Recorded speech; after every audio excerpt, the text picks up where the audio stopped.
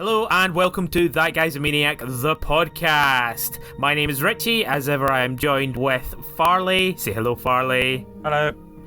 And Farley, tell us, how can we bring our lovely readers this brilliant podcast? It was so strong until then. What is this podcast? What is this? It's That Guy's a Maniac, the podcast. And what's it about? It's about games. It's about games. It's about two fucking middle-aged men who have been playing games since they were like 12 and think that they're still relevant. It's about games. It's about games.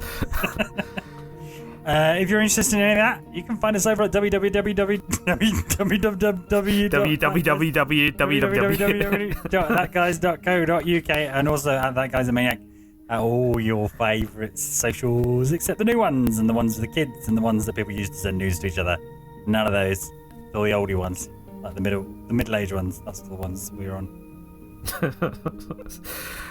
Okay, and as I asked before, how can we bring this podcast to our wonderful readers?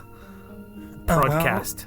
Well, this operation is vast. We have an army of researchers. We have 3 international offices, and so we rely on generous philanthropy provided by our sponsors. This week we are sponsored by Felicity Bank. Felicity Bank for all your banking needs. Make sure you drop all your money off at Felicity Bank before you go raiding in a dungeon and risk losing it all. Felicity Bank. Felicity Bank. Cheers. Without you, we could not do this. Thanks, Felicity Bank. Right, okay, and today we are doing our ever popular, ever beloved series, What Are You Playing? What are you playing? Yeah, way up. No, that's not really good. No. Wipe. It reminds me of a northern person saying wipe? One of the bosses in Streets of Rage 2, which I believe you are reigning champion. Yeah. UK champion of single player speedrun. Yep. And there's a boss, I think he's a wrestler, and when he attacks you he says, "White no grass." White no grass. Yeah, that's what we thought he said. Anyway, white reminds me of that. White no grass. I love the fact that he's from the West Country. Yeah, well, that's what it sounds like. Everyone's like yip through obviously Japanese reimagining of the streets of America. with people from Devon. Yeah, with a giant wrestler. White no grass. Is it a wrestler? I don't think he was a wrestler. Maybe he was one of the jazzy guys in a jacket. Anyway, there you go. Brilliant, fantastic. I love it. Right. So I'm going to ask that ever so burning question. What have you been playing, Farley?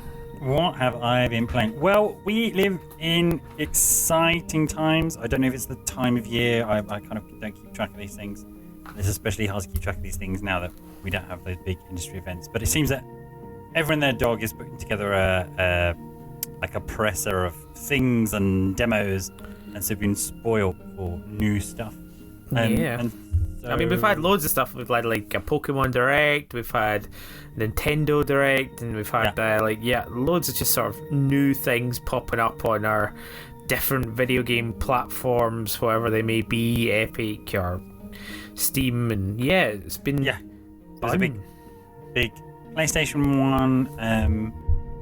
It's just been like announcement, and the great thing is, I don't know, it kind of feels like those heady days in the past, where loads of these things come with demos.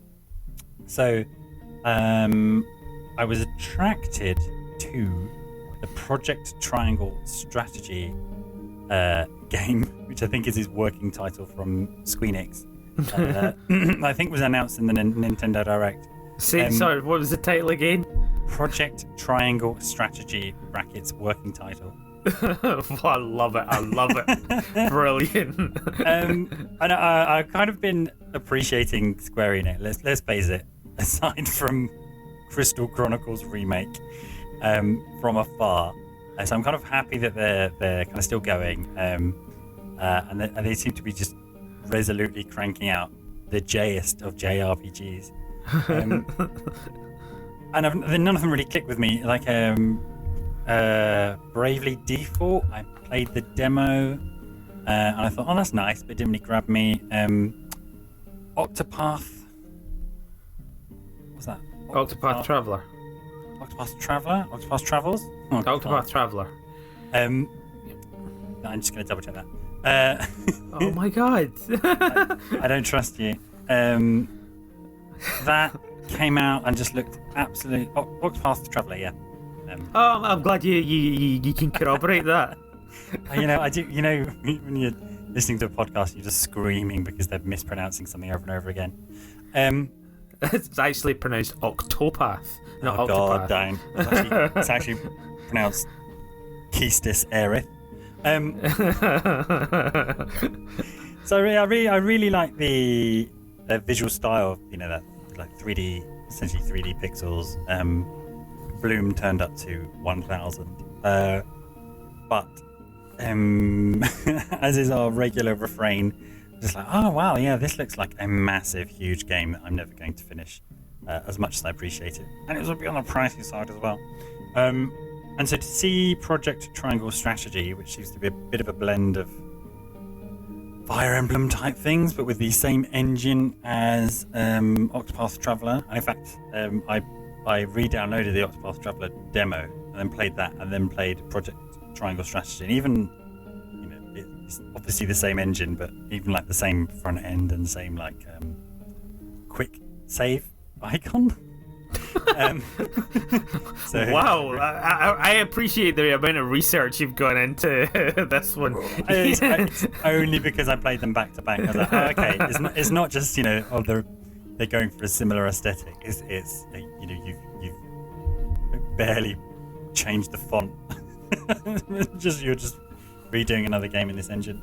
And what can I say about it? It's really generous. I keep saying this as if I said it about another demo. I think it was the Hyrule Warriors Muzu game. When I was playing it, I kept expecting to be, and that's it. And if you want to buy the real game, wait for blah blah blah. No, you kind of just keep going on the roadmap, and it kind of dumps you firmly in the story. I think it even says something. It comes up with a disclaimer at the beginning to say, "We're dumping you." It doesn't literally say that, but we're dumping you. Oh my god, we're dumping you in the middle of the story, so you may not really know what's going on. But there's a word to that effect. There'll be some stuff that you don't really understand. And it's a very nice, isometric tactics game. Looks very pretty. Music is amazing. It's your usual cast of crazy characters. There's a woman on a bird. There's a edgelord spearman. There's a clueless brown-haired sword man. There's a lady healer. All of your favourite. Is brown-haired sword man default man? Well, I think from what I recall, there's like a competition between you, the main default man, or you, the main default man. Oh, brilliant! Maybe you're both the main default man. A title that can be shared. Yeah, default exactly. men. Default men who only communicate in ellipses. And the battles were quite tough, but they have really nice. It's not really nice. Phenomenal. Is that the word you're looking for? No, I feel like I really hate. I think we've talked about this before. I really hate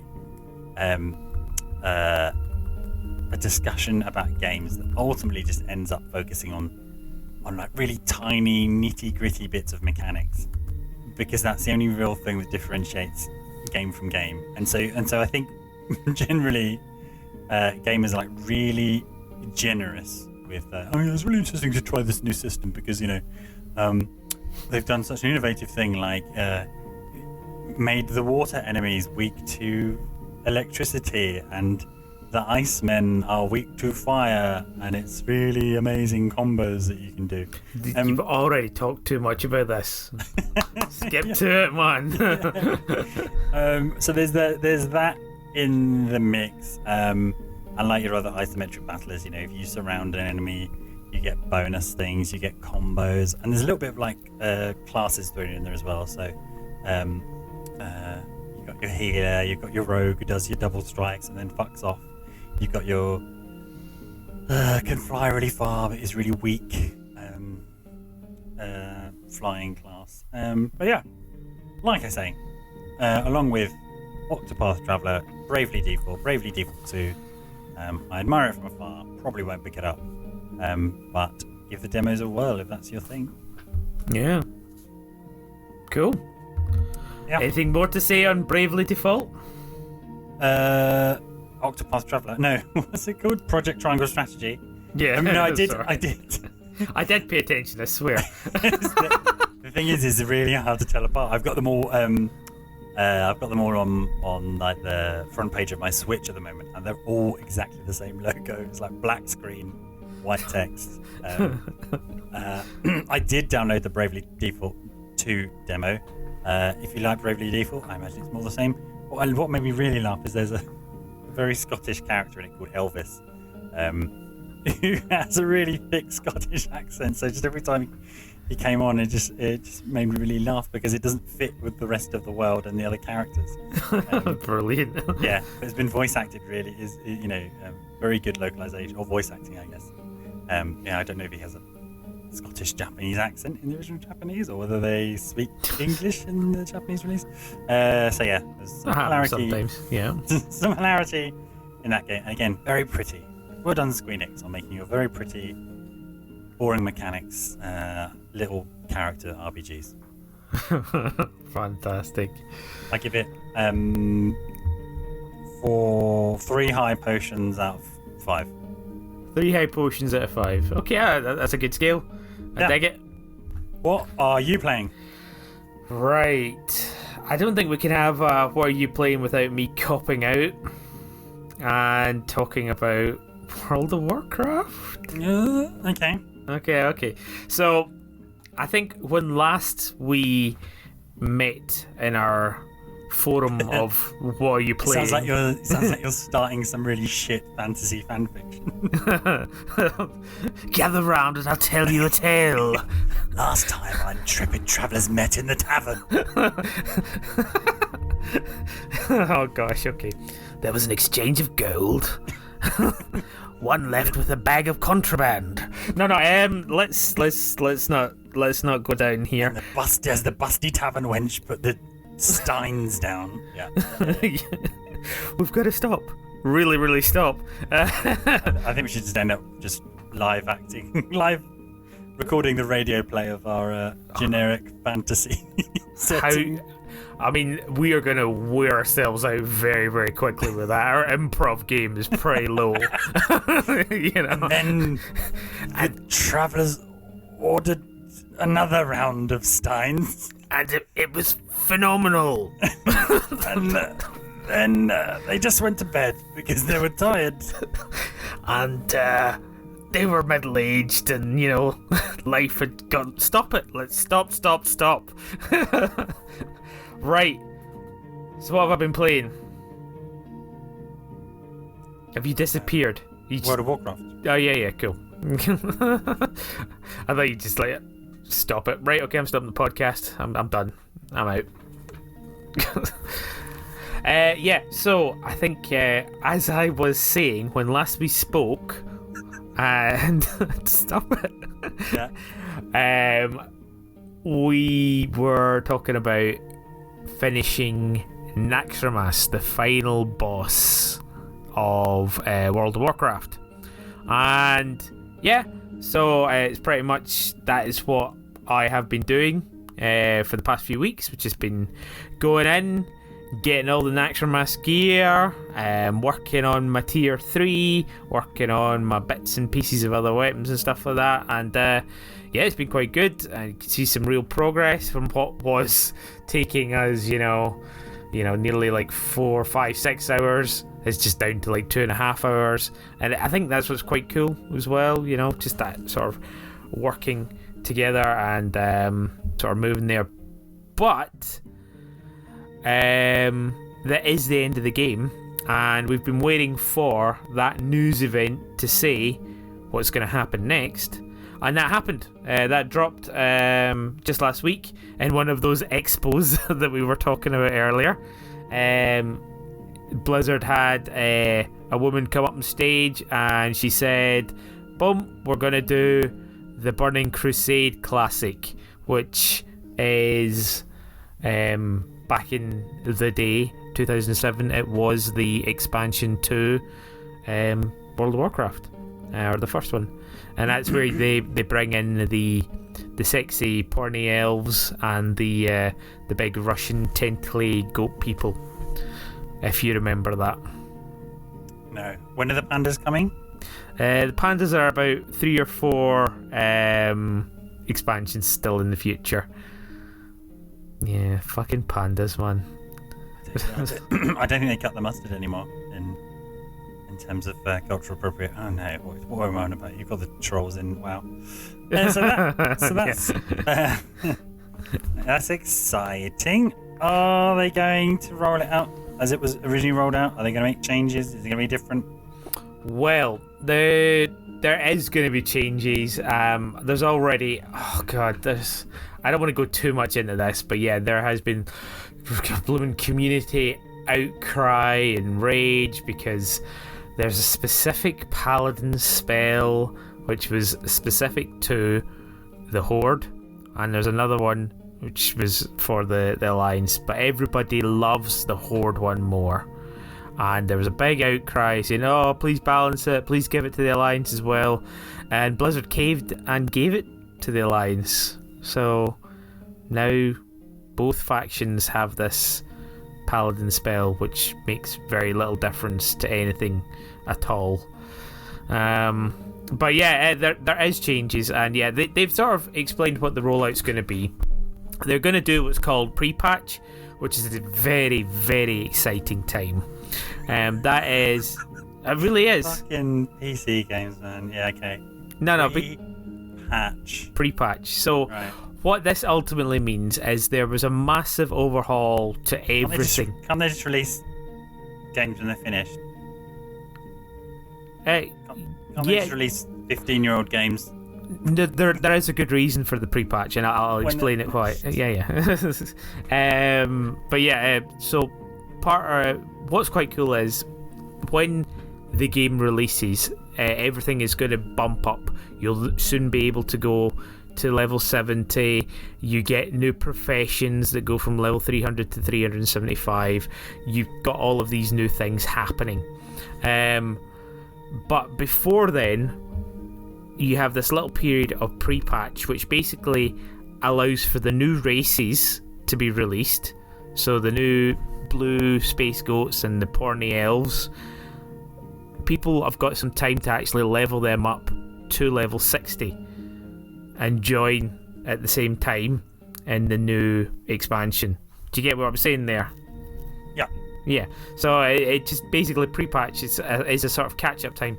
But also in that time, there's been a massive overhaul and change to all of the mechanics, and the classes play very differently. So during that time, you're going to be like playing the end game of World of Warcraft, level 60, but you've got a whole brand new set of talents and new builds that are only going to exist for like a few weeks during this pre-patch time. And I think that's quite exciting because you get to like really, really sort of play about with all sorts of fun new mechanics and change the way you're doing things, and it'll be fun to actually go back into Naxxramas and just be like completely different. Certain people are going to be at the top of the damage meter who weren't there before, and that sort of stuff. It's going to be a fun sort of pre-TBC time where you've just got this sort of overpowered fun change to the mechanics of the game. But that doesn't sound interesting to you, does it? No, I was just thinking, so how does that realistically work? So how do you respec, or all of a sudden are your do you have new I believe branches on your trees? Does things disappear? I believe you'll just log in one day, after a hefty download. Your trees will probably be reset down to 0. But there's so many like talent trees that you can play about with online as well in the meantime. And yeah, it's just basically you'll have a whole brand new set of talents to go down. So do you know how the talent trees look in World of Warcraft? Yeah. So basically, you'll just be able to choose your new spec going down there. And I mean, I've been playing about with it, I'll be quite honest. I got an app for it on my phone, and every so often I'll like load it up and I'll make my fantasy level 60 build. I'm not fucking kidding either. and your girlfriend's like, "What are you doing?" Yeah, porn. I'm looking at disgusting porn. It's just really disgusting. Oh, it's so degrading. Real man. Anything to mask the true shame. There's Brazilian fart porn. Yes, absolutely not. Fantasy WoW builds. Oh God. But yeah. So I have been,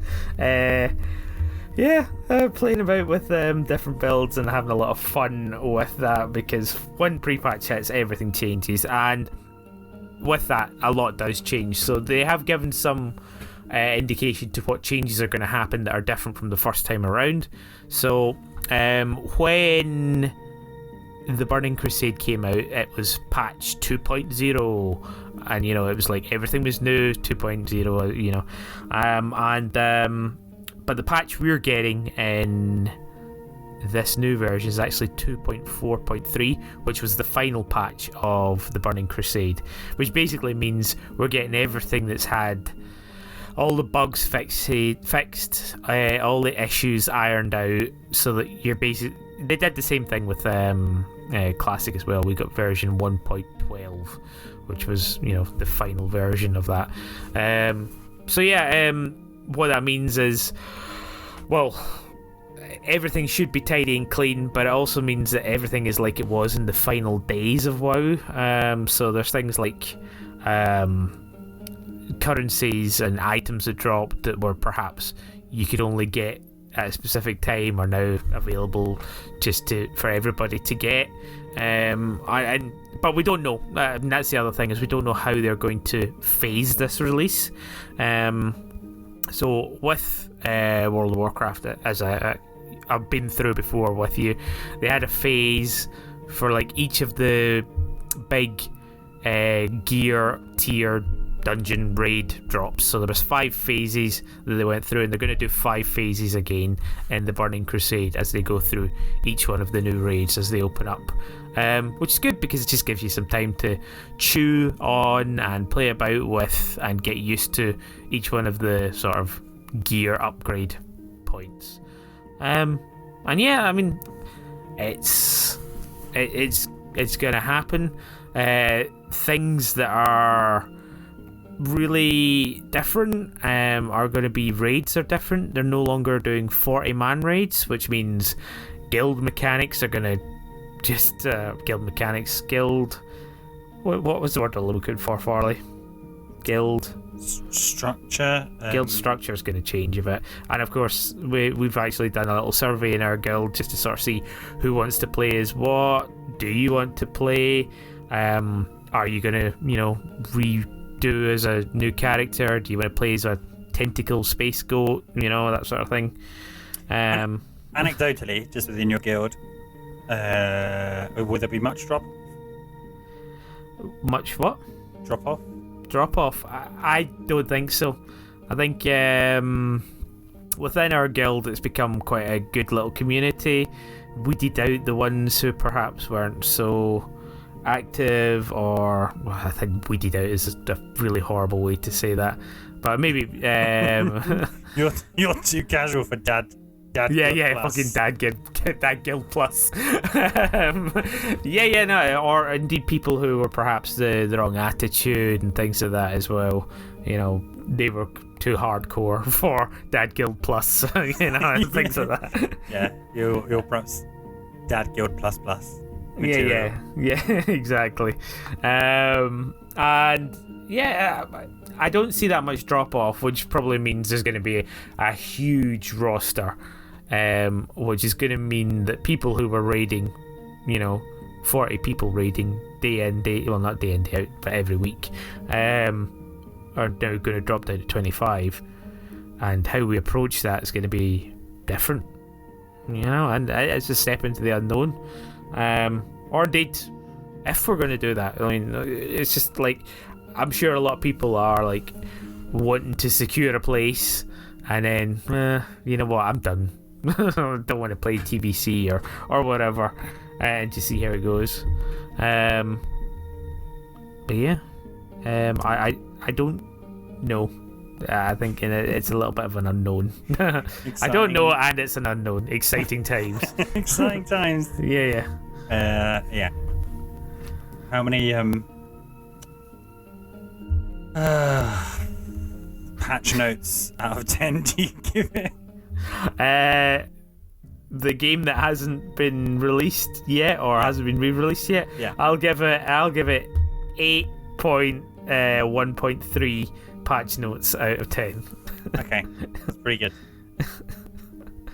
Alright, okay, so moving back to you, Farley. What else have you been playing other than Triangle Bracket Working Demo? Default. Default Traveller. Octo Default Triangle. I have been playing. So there was I think the Switch. They're getting really savvy with sales on the Switch. I don't ever remember it being this not aggressive, just visible on certainly not the Wii U, and to a lesser extent the 3DS. But yeah, they've gotten really savvy at doing these sales and doing them often, and just doing things for ridiculous prices.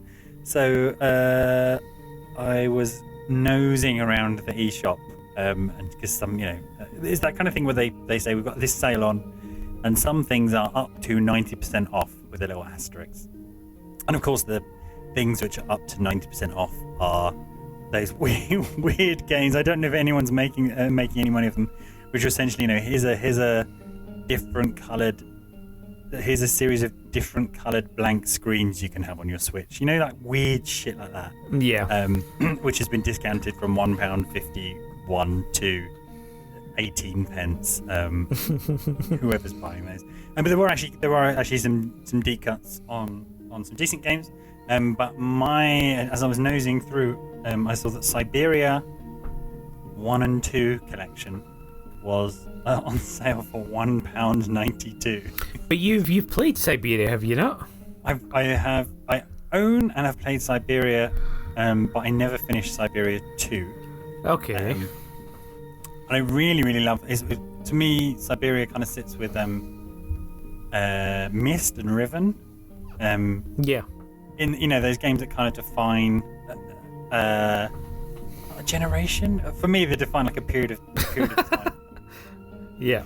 I meant like technological generation rather than. Yeah. It's just the way it defines a generation. It's like fucking hell. It's like the boomers, the Gen Xers, then you've got the Myst and Riveners. You've got the Microids generation.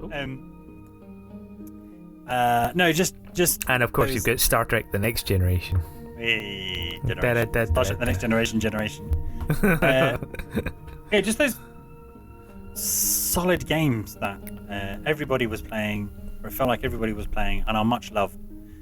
I'm surprised it got a port. I think there was a Siberia 3 which came out not too long ago, which I think was kind of true to the Siberian model, but everyone was like, yeah, we don't. There's a reason why point and click games sort of almost completely died. But I do love Siberia. The music. There's something about how would you describe it without saying the word aesthetic? It's like a visual identity to the cutscenes. I don't know what it is, either the engine, the way they're animated, very, very atmospheric. I think, yeah. It's sort of like very storybook and a bit otherworldly, and particularly in Siberia 1, where you've got these automatons kind of moving around. So it's a bit uncanny, a bit creepy, but also very wonderful in a way that you don't get these days when you're dumped onto some Dunkirk Very beach. wonderful. Okay. Yeah. But yeah, wonderful as in almost the literal use of that word, not kind of, it's wonderful, but it is full of wonder. Full of wonder. Yeah. It makes you, I think that is the great thing about Siberia, is you're urged on because you just want to see what happens next. Where am I? What is this? What are these crazy automatons? What's this big train? And the music's really... So yeah, real nostalgia trip. And it's made me sort of forgive some of the shortcomings of the genre and pointing it plays. This is such a trite games thing to say, but it plays really well. It does play really well. It has a good feel, a good game feel. It's a hidden gem, and all those other horrible things. And it's lovely. So I look forward to going through Siberia and then finishing Siberia 2, which I never did originally because I'd rather push 2 pens up my nose into my brain than fuck around with trying to get a 25-year-old PC game to work on a modern day PC. I think GOG has it, incidentally. Yeah, and I think I have it on GOG. Yeah, of course I do. Like I say, pens up the nose. £1.92 and I can £1.92 and I can just play them without hitting some fucking forum and deleting some file in some fucking network. No, the reason I said GOG is because they're good at that sort of shit. They just make the games work. Like, they take old PC games and you click and they work. There's no bullshit behind them. Yeah, I'm not sitting at my fucking desk and playing games like that. Alright, okay. Yeah, I mean, that's fine. Not everybody. Yeah, I think I didn't want you to disparage good old games because I love the fact that there is a company out there who's actually making PC games less of a pain in the dick. Shove 2 pens up your urethra, sort of thing. Yeah. Shout out to GOG. It's just all of PC gaming, which I despise. Fundamental grounds. But what was I going to... Maybe that was it. Maybe that's all I was going to say about Siberia. Okay. Oh, no, that's it. Yes. No new thoughts here, but... Christ. You forget how obtuse point-and-click games could be. Oh, God. Yeah. That's a fucking stone-cold take straight away. I know. I mean, hey, hot off the press from a genre that's basically dead, but... Ooh, that was quite annoying sometimes. I've already played it, so it's even more frustrating because, when you're trying to combine the key with your satchel, because you're starting to go to the wall. But then I've also already played it, so I kind of have a vague memory of what I need to do, but not actually what I need to do. So I've been sat there with a walkthrough, and coincidentally, I was talking to somebody I work with who'd also picked it up. And so we had a nice discussion about that. And as we've talked about a couple of times on the podcast before, that kind of horrible existential moment where you are playing a game with a walkthrough on your knee and you're sort of just reading the walkthrough half the time and then just doing exactly what the walkthrough told you the other half the time. So I'm just like a difference engine between the walkthrough and the game. There needs to be a word. We need to appropriate a foreign word for that. There's definitely got to be a thing where you're just, oh God, you get these phrases. Oh, like Schadenfreude. If we could just appropriate that and just make it, some phrase like that, which sort of equates to, at least you're not watching a video, right? That's all you can say about that situation is you are one notch up the. No, it's even worse than that. Because when you are looking at a guide, you are fucking working. Your brain is not in play or flow. You are straight up working out. Right, what's the best thing? Okay, so this guy from Game FAQs says if you do this, you then have to go down that path. Right, shit, now I need to go and find another guide on what's the best path to take, and then like, by the time you come back to it, your game is sort of like sitting there and it says please reconnect your controller and you're just like, I'm so glad I'm playing this game. No, it's working to play. I'm going to find a word for this. Okay, that's your homework. I'm going to write it down. That's your homework for next. I gave you homework as well, didn't I? Something about Asian appropriation, I'm sure it was. Yes, and here we go. Here's another run. We've been playing some recent games, unlike fucking Siberia. So I don't know if stuff's still happening on GameFAQs or whether they've just lost out on the SEO. But IGN just come up with the top three searches. And it's basically fucking clickbait FAQ guides. It's so fucking annoying. And so you click on it, and it's either nothing or, you'll be like, how do I get out of this? How do I get out of the sewers in Rome or whatever? Because we've been playing Assassin's Creed. And then it'll take you to an external video or some shit like that. Yeah. And then eventually you click through, and then you accidentally click back, and it takes ages to load, and it's put you at the top of the kind of FAQ. And you scroll past the video because obviously the videos. You think it's an advert, yeah. Yeah. Then there's another advert. Then it's like 2 or 3 lines in between adverts, whilst advert bar pops up at the bottom. Yeah, and then there's a little tiny thing saying, oh no, it's a huge thing saying next, and you're like, okay, maybe the thing that I want is on next, and next is actually Assassin's Creed 3, and you're like, oh my god, why am I here? Why is that the logical next button? yeah, I just wanted to know what to do after the bit. And the worst part is that what you've just described is like the desktop experience, and when you decide to do it on your mobile, it's just like 19 times worse with things fucking popping up, and it routinely just crashes my browser. It comes up the pop-up like, oof, we're really not liking this webpage. Are you sure you want to say yes? Because I need to know whether I, kick the orphan in the well or not to get the good ending. Get the good ending of a game that I'm not really playing because I'm trying to negotiate your fucking awful website. Oh my god. Oh god. Working to play or playing to work. Yeah, keep workshopping it. Keep working. Yeah. So yeah, that was my Siberia experience.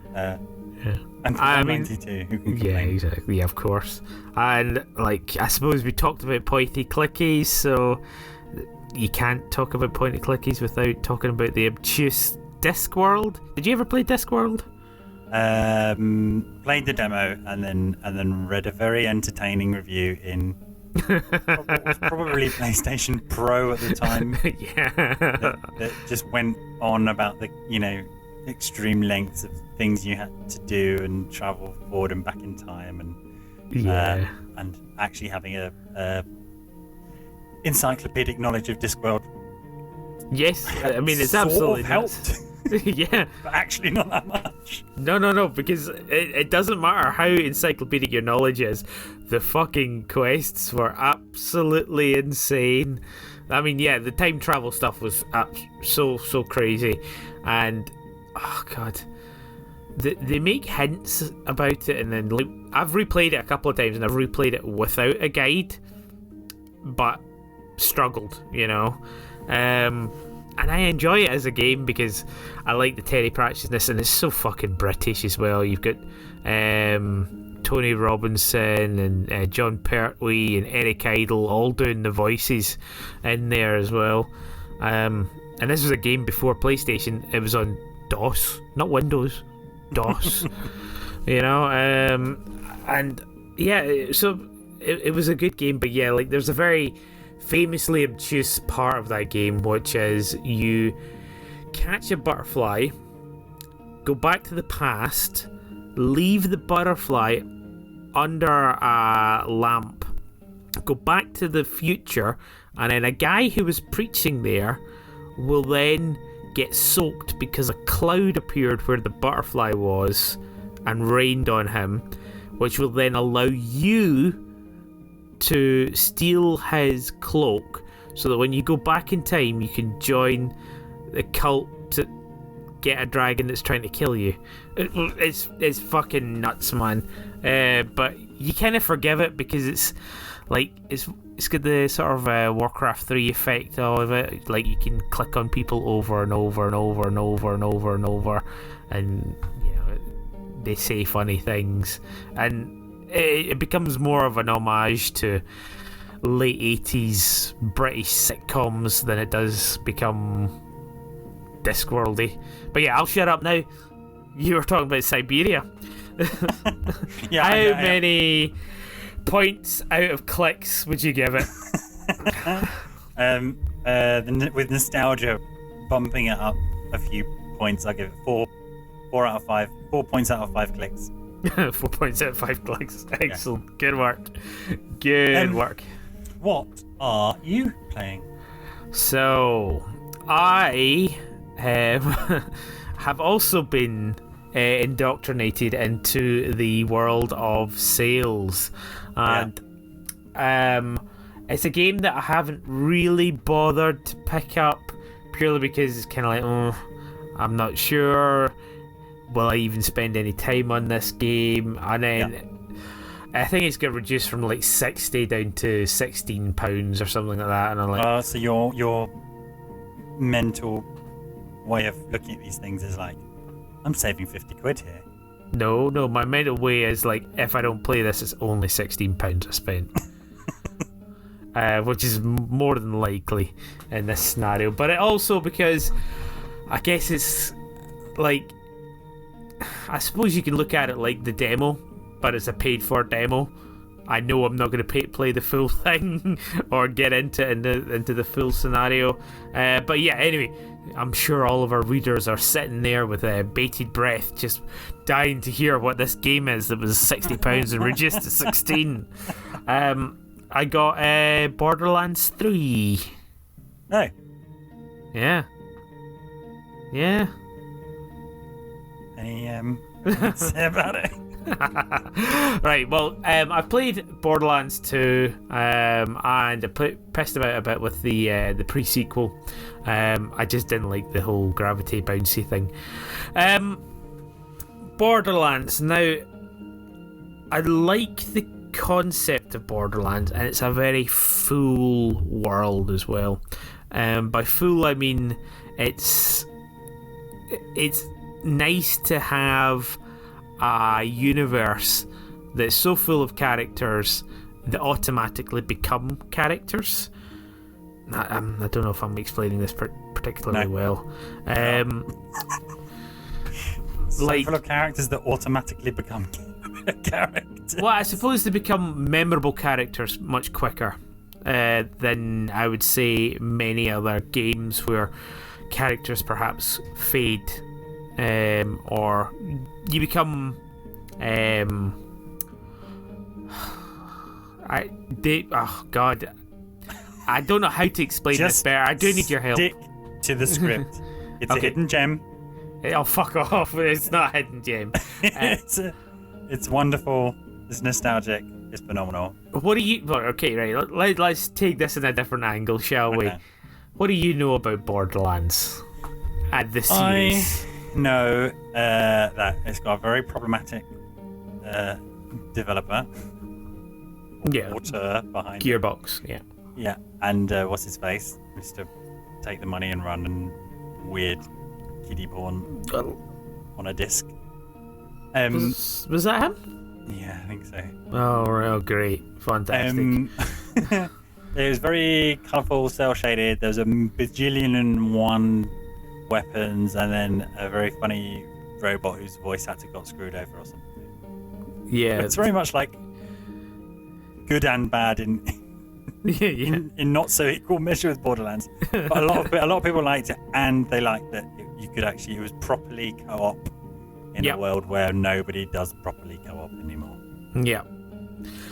I mean, I didn't really touch on the co-op stuff. I just played it for the single player side of things. It is a shooter. Yeah. And I mean, since we're referencing Castle Super Beast and everything that we're doing here, I'm going to use their word. But yeah, it is. It's basically, if you were to take the random drops that you got in like Diablo or World of Warcraft or whatever, but transpose them onto guns, that is essentially what you get, and make it a first-person shooter. I don't mind first-person shooters. Like, sometimes you just get into them and enjoy them. Like, what was the last first-person shooter you enjoyed? And actually, it's pretty similar. It's the Outer Worlds. Yeah. No, there you go. Yeah. But that's from the Fallout New Vegas guys, isn't it? Does it have the whole thing where you pause time when you shoot? Yeah, it has a fake VAT system. It has a fake weapon slot system. It has you have to make difficult choices system. Yeah. So the one thing I dislike about Borderlands, and I think I don't understand why people like it, but it's definitely a thing. It's like, when you play as a character, you have very little in the way of traditional stealth, specifically from same sort of games like that have the VAT systems or have the ability to, sneak around. Yeah. Which is your preferred way of doing things, right? To be sneaky. Exactly. Stabby, steal your things before you even know what's happening. Exactly, and you get to play around with the mechanics a lot as well. My issue with Borderlands is that you seem to have sniper and you have sneaky characters. However, whenever you happen upon a new encounter, because it's really, really well done, this game, don't get me wrong, like you will go really into it. It's good as in, like, you go into an area and you'll be like, oh right, there's boxes here and there's a thing up the top, oh right, something's going to happen. Then you'll start to see somebody moving across, and then immediately your head goes into sniper mode. You're sort of, right, okay, what's the deal here? I've got to try and take down a few people, get them down, and maybe launch into a full-on assault or something like that. But no, what happens is you will sniper one person, and then everybody in the whole entire encounter map area that you're in knows where you are and are shooting at you. And that, or indeed are running at you with axes because they've got that sort of thing going on. And that pisses me off a little bit, because one, you're then left being this sort of gimpy sniper that now has to try and shoot things really fast with a sniper. And of course, I'm an old man, I don't have dexterity like the youngins and all that, But also, just like, why not just let me sniper people and try and pick it off, play the game at a slower pace rather than everybody. Why won't the game let me do what I want to do? And it's weird because I played through the entirety of what's it called, Borderlands 2, and it was like, I really wish this had a snipe, a stealth thing. I really wish this had a stealth thing. And I've gone and bought Borderlands 3, and the first thing I did was like, okay, which one's the sniper? I'll go the sniper, right, go in, and then I shoot one person, and then everybody runs at me like, oh yeah, that's this game, isn't it? I forgot the 40 hours I spent on Borderlands 2. Oh my, it was more than 40 hours. But yeah, and I suppose I kind of like, I'd love for somebody to turn around to me and say, you know that you're supposed to press this button. I'd love for that to be the case, and you won't be detected, and you're like, oh right, okay. Oh yeah, oh that's what silencer meant. Oh, okay. Yeah. Like, if there's a secret silencer button I just didn't know, or there's a silencer option, it's like, I'm just not pressed, that would be great. It would make that game suddenly a lot more playable for me. But right now, as it is, it's just like, oh wow, look at me scoping out everything that's here. I can see this guy here. Right, I'm going to shoot this guy in the head. Oh, and now everybody knows where I am. Oh god, there's a midget running at me with an axe. You know, like, oh. And you grind through that. You get levels, you get new weapons, you get some other cool things, and then you get to a new area and you're like, right, okay, I'm just going to shoot this guy in the head, and oh god, now everybody's trying to attack me. And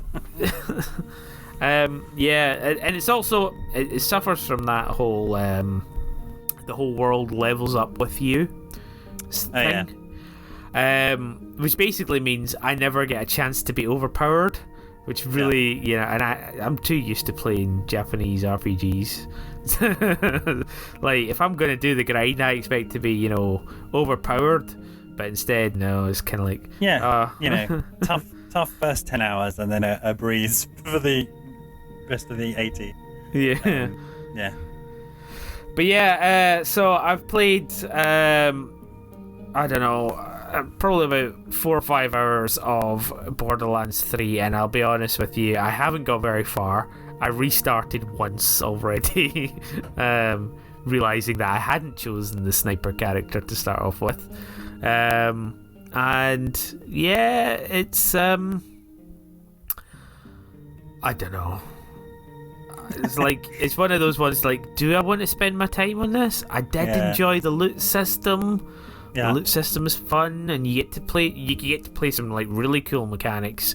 I remember Borderlands 2, I used to do a run for a specific kind of weapon that drops off of one guy, and it was called Lydia, and basically it had a really high poison, which was so cool. I really enjoyed having the sniper rifle. You shoot them from afar, and then as they run to you, they would just sort of die. You know, and they would just sort of like, it's like they were melting as they were running towards you, and like, yes. And so, like, as a sniper, you know, and you've got lots of people, you just sort of get a few of those shots in, and then let them run to you, and then you just sort of run around and cry and panic with a shotgun for the remainder of it. But yeah, it's weird, like, you find those little niches that you enjoy, but yeah, I don't know. It's one of those big challenges, particularly with a game like Borderlands, which kind of trades on, you know, they made a huge thing in their advertising about however many bajillion guns you can get, and the Outer Worlds to a certain extent falls into the same trap as well. And again, probably why fantasy games are a little bit better than sci-fi games, in that, yeah, oh great, I've got this whole option of you know, so probably your usual candidates of a shotgun and a pistol, and like maybe some kind of Uzi type gun, then a sniper rifle, and then like a machine gun, and then your kind of bazookas. But very rarely, even with kind of skills trees, like half of them, you know, you have to swim uphill to make half of those things work. You know, very rarely, in my experience, can you specialize in a Uzi throughout the whole game without just being, I need the shotgun and the sniper rifle. Basically, you know, pistols, forget about it. Very rarely, with the exception of Resident Evil 4. And it's weird. Yeah. It's weird because there's gonna be situations where you're just kind of like, right, okay, I'm gonna do this. This is how I want my character to be, and then there will inevitably be that point, 30-40 hours into the game, where you're like, right, I'm struggling with my character a little bit. What have I done? You know, and then they're just like, do not use this path. It is the weakest possible path for your character. Use this other cookie cutter build, and you will have a much. And you're just like, oh, that makes sense. Fuck. And all of a sudden, the entire game is much easier. And I think because you know, in games like Thief was a good example, where they kind of laid out to you, you know, where you could play the game in whatever way you want. So you could go in all guns blazing, or you could go in stealth, because basically those are the two ways of doing anything in life. But you know, there's 2 boss fights where if you put all your shit into stealth, you do actually need to stand in front of this boss and shoot them in the face. and so you're just better off doing the run and gun version of it. And then that problem's kind of exacerbated with open world games because you've got procedural elements in there and things like that, and it's just naturally built. They're just a much smaller array of builds which just make your life easier, or like I say, you do deliberately challenge yourself, like, no, I'm going to be a pistol specialist. And like, it's like, I'm going to be the underdog, yeah. And struggle through the entire game because whatever, the pistols just don't scale as much because it works with my character fantasy. Yeah, my precious original character whose backstory I've headcanoned and I've got overly attached to. Maybe that's the only reason I like Skyrim, and that was one of the few games, or Oblivion, where I chose what I considered a stealthy underdog class, and it actually turns out it's the most OP way to play the game. God, listen to me. The most OP way. My most OP build in a single player PvE game. Yeah. More acronyms, please. Owning the NPCs. Yeah. Owning the NPCs. So, how many axe wielding midgets would I give it out of? How many 8 stealth kills out of 10 would you give it? I'm gonna give it 5 stealth kills out of 10. Kills out of 10. 16 quid. I'll probably never see again. Will I play or launch it again? Who knows? Tune in to the podcast to find out. Yeah. But in the meantime, I heard that guy's a maniac. Why did he bite me?